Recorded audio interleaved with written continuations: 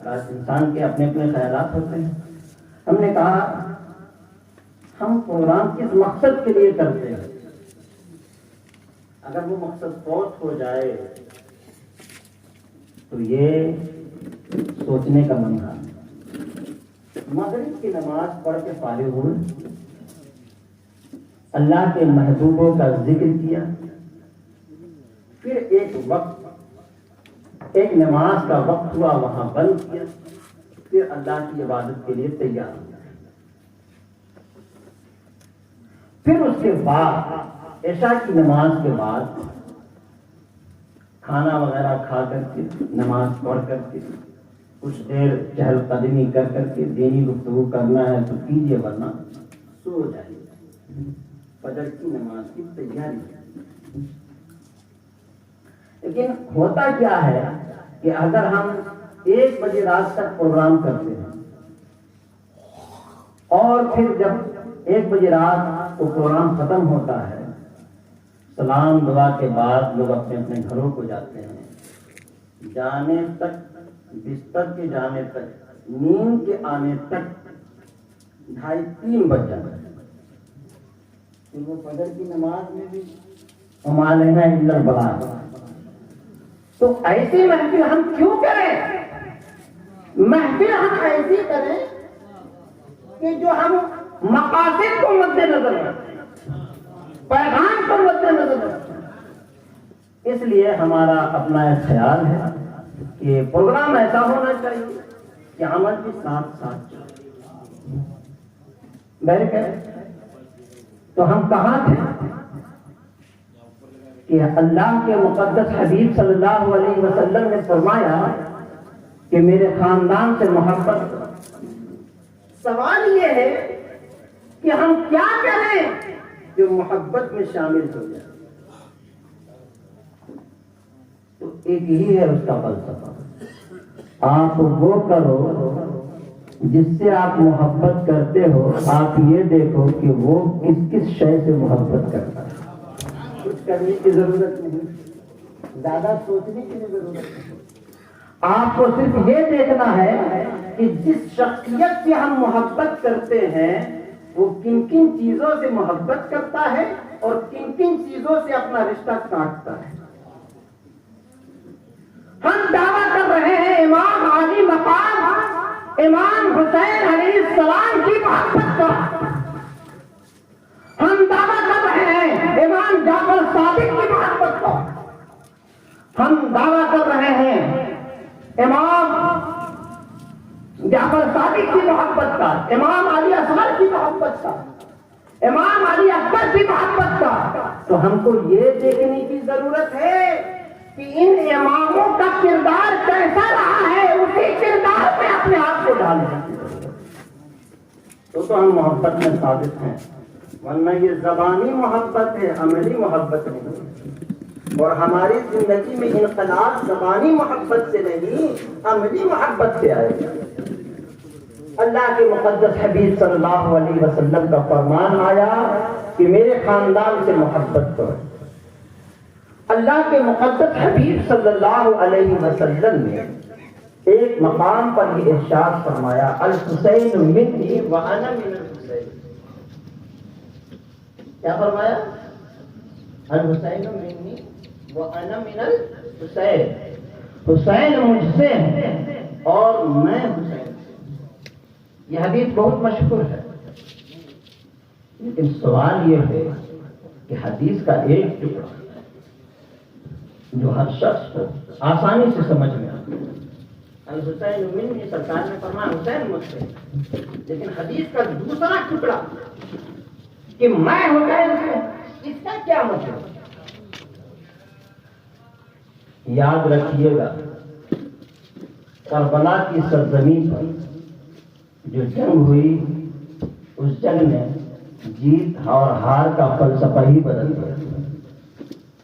جیت اور ہار کا فلسفہ بدل دیا. جیسا کہ ابھی شاعر اسلام صاحب نے کہا کہ ہم جیت اور ہار کو اس بات پہ ڈیپینڈ کرتے ہیں کہ کون مر گیا اور کون زندہ رہ گیا. لیکن امام علی مقام نے اس کے فلسفے کو بدل دیا. کہا نہیں، ہم وہ ہیں جو بظاہر نہ رہ کر کے بھی رہ جائیں، ہم وہ ہیں جو بظاہر نہ رہ کر کے بھی رہ جائیں گے۔ یہی وجہ ہے کہ جب تلوار کی نوک پر امام حسین علیہ السلام کے گردن مبارک کو رکھا گیا تو اس گردن سے قرآن کریم کی تلاوت کی آواز آ رہی۔ آج لوگ بیٹا ہو کر کے قرآن کی تلاوت نہ کر پائے، امام حسین بظاہر نہ رہ کر کے قرآن کی تلاوت کر دے۔ یہ پیغام ہے امام حسین کا۔ حضرت امام علی مقام کے بارے میں جب سرکار نے فرمایا الحسین منی وانا من الحسین، اور جب جنگ کربلا ہوا تو لوگوں کو اچھی طرح سمجھ میں آ گیا کہ جو حدیث کا جو دوسرا ٹکڑا تھا جس میں سرکار نے فرمایا کہ میں حسین سے ہوں، اس کا مطلب یہ ہے کہ یہ ایسی جنگ ہوگی جو فلسفہ نہیں ہوگی، جو اسلام کو تازہ کرے گا، اسلام کو اور خوبصورتی کے ساتھ بیدار کرے گا۔ لوگ اسلام کی حقیقت کو سمجھیں گے، اسلام کی حقانیت کو سمجھنے لگیں گے، اسلام کی محبت لوگوں کے دلوں میں گھر کر جائے گی۔ لوگ دیکھیں گے قرآن کی تلاوت نہیں کر رہا ہے کہ تلوار کی نوک پر گردن کیسے چل رہی ہے قرآن کی تلاوت۔ لوگ اس کو سمجھنے پر مجبور ہو جائیں گے۔ اس سے پہلے سرکار نے فرما دیا الحسین منی وانا من الحسین۔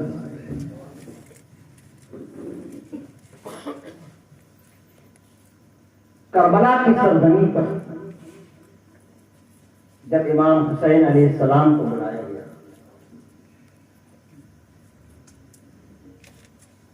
تو آپ نے خطبہ دیا۔ خطبہ کا جو پہلا جملہ ہے وہ دیکھیے کتنا لطیف جملہ ہے۔ میں نے 7 کالم بنائے ہیں، 7 کوشچن کے انداز میں امام حسین علیہ السلام نے لوگوں کے سامنے اپنی بات رکھی، پھر اس پر حجت فرمایا۔ پہلا کوشچن، پہلے تو ایک لائن کھینچا امام حسین علیہ السلام نے، بات کو کیا فرمایا فَاتِّبُونِي فَانظُرُوا، میری نسب کی طرف غور کرو۔ پہلا جملہ تھا فَاتِّبُونِي فَانظُرُوا، میری نسب کی طرف غور کرو، میرے آباء و اجداد کون ہیں؟ تلوار لے کے آ گئے ہو، پتہ نہیں ہے کہ کون سا ہے سامنے۔ میری نسب کی طرف غور کرو، میرے آباء و اجداد کون ہیں؟ من انا، میں کون ہوں؟ کیا بات ہے، کیا بات ہے۔ فرمایا من انا، میں کون ہوں؟ تم کو پتہ نہیں میں وہ ہوں، میں وہ ہوں کہ ولادت کے بعد ہی سرکار دو عالم صلی اللہ علیہ وسلم کی گود میں گیا۔ حضرت امام حسین کی ولادت کب ہوئی؟ 4 ہجری 5 شعبان المعظم مدینہ طیبہ میں۔ جیسے ہی ولادت کی خبر ملی سرکار دو عالم صلی اللہ علیہ وسلم کو، سرکار فوراً تشریف لائے اور امام حسین علیہ السلام کو چومنے لگے۔ سبحان اللہ، سبحان اللہ۔ کہا ذرا سوچو تو، خاتم الانبیاء کی گود میں پرورش پایا ہوں، کیا بات ہے، کس کے سامنے کھڑے ہو تم؟ من انا، میں کون ہوں؟ تم کو معلوم نہیں ہے کہ جس کے لیے خاتم الانبیاء نے اپنے سجدے میں تسبیح کو بڑھایا، شیخ الاسلام کی زبان میں، جس کو امام حسین علیہ السلام کے لیے سجدے میں تسبیح کو بڑھا دیا، تم کو معلوم نہیں ہے کہ میں کون ہوں؟ فرمایا اچھا جب تم اس پر نظر کر لو تو تم مرجعوا الی انفسکم، پھر اپنے آپ میں جھانکو، پھر اپنے آپ میں جھانکو، وعاتبوها فانظروا، جھانک کر پھر غور و فکر کرو۔ پھر غور و فکر کرو، هل يحل لكم قتلی وانتهاك حرمتی، تم کو کون ایسی بات ہے جو میری قتل پر تمہیں مجبور کر دیا ہے؟ ذرا غور کرو بھائی، ہم جب کسی کے قتل کے لیے تلوار اٹھاتے ہیں تو کوئی سبب ہوتا ہے، کوئی ریزن ہوتا ہے، کوئی وجہ ہوتی ہے۔ یہاں پہ امام حسین علیہ السلام نے اس بات کی طرف اشارہ کیا کہ تم ہم کو اچھی طرح جانتے ہو، اچھی طرح پہچانتے بھی ہو، لیکن جو ایمان کی مضبوطی ہے نا، اس کی رسی تھوڑی ڈھیل ہو گئی ہے۔ بات سمجھ آ رہی ہے؟ خدا کا خوف نکل گیا ہے، بندے کا خوف آ گیا ہے۔ خدا کا خوف نکل گیا ہے، بندے کا خوف آ گیا ہے۔ تم خود سے تلوار لے کر میرے سامنے نہیں آئے، کسی بندے کے خوف سے آئے ہو میرے سامنے۔ فرمایا هل يحل لكم وانتهاك حرمتی، اور میری عزت کو پامال کرنے کی جسارت کیسے آ گئی؟ میری عزت کے ساتھ کھلواڑ کیوں کر رہے ہو؟ یہ پہلا کوشچن تھا۔ دوسرا کوشچن، الست ابن بنت نبی صلی اللہ علیہ وسلم، کیا تمہیں معلوم نہیں کہ خاتم الانبیاء کی بیٹی کا میں بیٹا ہوں؟ کیا تم یہ نہیں جانتے؟ پھر فرمایا وابن وصیتہ وابن عمہ، کیا تمہیں یہ بھی نہیں معلوم کہ خاتم الانبیاء کے چچا زاد بھائی کا میں بیٹا ہوں؟ پھر آگے ارشاد فرمایا وَأَوْلَى الْمُؤْمِنِينَ بِاللَّهِ، کیا تمہیں یہ بھی نہیں معلوم کہ سب سے پہلے ایمان لانے والی شخصیت میرے والد بزرگوار ہے، حضرت علی المرتضیٰ کرم اللہ وجہہ الکریم، جنہوں نے سب سے پہلے اللہ کی تصدیق کی، رسول اللہ کی رسالت کی تصدیق فرمائی، اور من نوع جیسا اللہ کے مقدس حبیب صلی اللہ علیہ وسلم اللہ کی بارگاہ سے حکم لے کر آئے تھے، من نوع اس کو قبول فرمایا، اس کی تصدیق فرمائی۔ کیا تم کو یہ نہیں معلوم؟ پھر فرمایا اولیس حمزہ سید الشہداء، کیا تم کو معلوم نہیں کہ حضرت حمزہ بھی میرے والد بزرگوار کے چچا زاد بھائی؟ اپنی نسبت کا ذکر فرما رہے ہیں اب یہاں سے۔ پھر آگے ارشاد فرمایا اولم یبلغکم، فرمایا کیا تمہارے پاس خاتم الانبیاء کونین کے مالک مختار سرکار دو عالم صلی اللہ علیہ وسلم کا قول و مستفیض تم تک نہیں پہنچا جو انہوں نے میرے اور میرے بھائی جان کے بارے میں فرمایا؟ لی ولی اخی ہذان سجدہ شباب علی جنت، یہ دونوں جنتی جوانوں کے سردار۔ کیا تم اس حدیث کا بھی انکار کرو گے؟ تلوار دے کر سامنے آ گئے ہو۔ فرمایا یاد رکھنا، میں نے تقریر کے شروع میں کہا تھا کہ پیغام ہے ایک یزیدیت اور دوسرا حسینیت۔ جب یہ 7 کوشچن ہو گئے تو پھر امام حسین علیہ السلام نے فرمایا فَإِن صَدَّقْتُمُونِي بِمَا أَقُولُ وَهُوَ الْحَقُّ، اگر تم میری بات کی تصدیق کرتے ہو جو میں کہہ رہا ہوں تو جان لینا یہی صحیح ہے، اس کے علاوہ کچھ بھی صحیح نہیں ہے۔ جن باطل قوتوں کے آسرے تم تلوار لے کر میرے سامنے کھڑے ہو اور میری آنکھوں میں آنکھیں ڈال کر بات کر رہے ہو، اگر ان باطل قوتوں کو سمجھ لو اور ان حقیقی تلوار، ان حقیقی قوتوں کو سمجھ لو تو جان لینا کہ کبھی بھی میرے سامنے تم ایسی حالت میں نہیں آ سکتے۔ فرمایا فَإِن صَدَّقْتُمُونِي بِمَا أَقُولُ وَهُوَ الْحَقُّ، پھر فرمایا وَاللَّهِ مَا تَعَمَّدْتُ كَذِبًا مُذْ عَلِمْتُ أَنَّ اللَّهَ يَنقُضُ عَلَيْهِ، فرمایا کہ اللہ کے اس ذات کی قسم جس کے قبضے قدرت میں میری جان ہے، اس ذات کی قسم جس کے قبضے قدرت میں میری جان ہے، حسین کبھی جھوٹ نہیں بولتا۔ ارے وہ حسین کیسے جھوٹ بولے گا جس کی پرورش خود قاسم الانبیاء نے کی ہو؟ جس کی پرورش خود خاتم الانبیاء نے کی ہو، جس کی انگلی کو پکڑ کر کے چلانے والا کونین کا مالک و مختار، جس کو سہارا دینے والا سرور کونین احمد مصطفیٰ صلی اللہ علیہ وسلم ہو، جس کو پیٹ پر بیٹھانے والا اللہ کے محبوب پیغمبر اعظم صلی اللہ علیہ وسلم ہو، اسے جھوٹ بولنے کی کیا ضرورت ہے؟ جھوٹ بولا کیوں جاتا ہے؟ اپنے عیبوں کو چھپانے کے لیے۔ اللہ نے ہم کو اس سے بھی پاک رکھا ہے، تو ہم کو جھوٹ بولنے کی کیا ضرورت ہے؟ کچھ لوگ بولتے ہیں کہ امام حسین علیہ السلام جو کربلا میں گئے تو وہ سیاست کی لڑائی، ایسے بھی لوگ ہیں جو بکواس کرتے ہیں۔ سیاست کی لڑائی یا حقیقت کی لڑائی تھی، کسی بحث میں پڑھنے کی ضرورت نہیں، ہم کو نبی کی صحبت سے سیکھنے کی ضرورت ہے۔ ہم کوئی کیا کہتا ہے اس کے چکر میں مت رہیے، رسول اللہ نے کیا فرمایا ہے اپنے حسین کی اس جنگ کے بارے میں، ہم کو اس حدیث کی طرف نظر کرنی ہے۔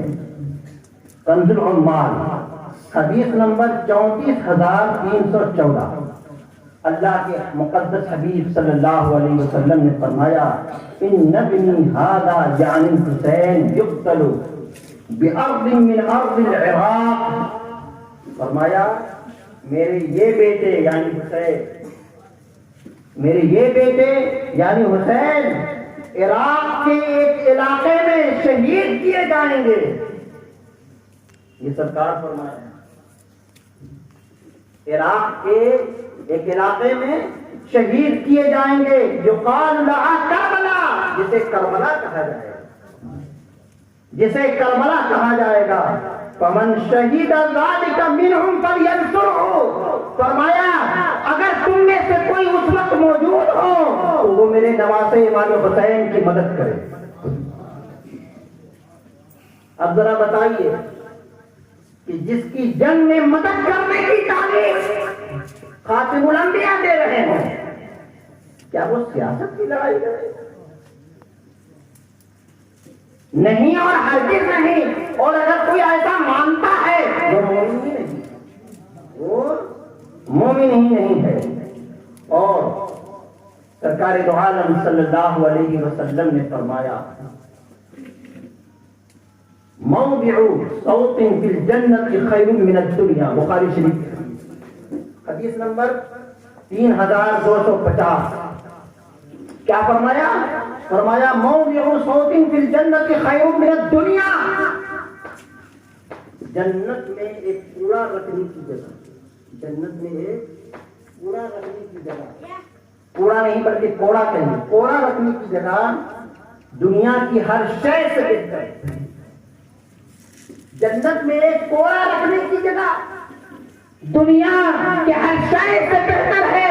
اس جنتی جوانوں کے سردار ہیں امام حسین۔ اتنا بڑا مقام جس شخصیت کا ہو اور اتنی گہری پرورش جس کی گود میں ہوئی ہو، کیا وہ حسین سیاست کی لڑائی کے لیے آگے بڑھیں گے؟ نہیں اور ہرگز نہیں۔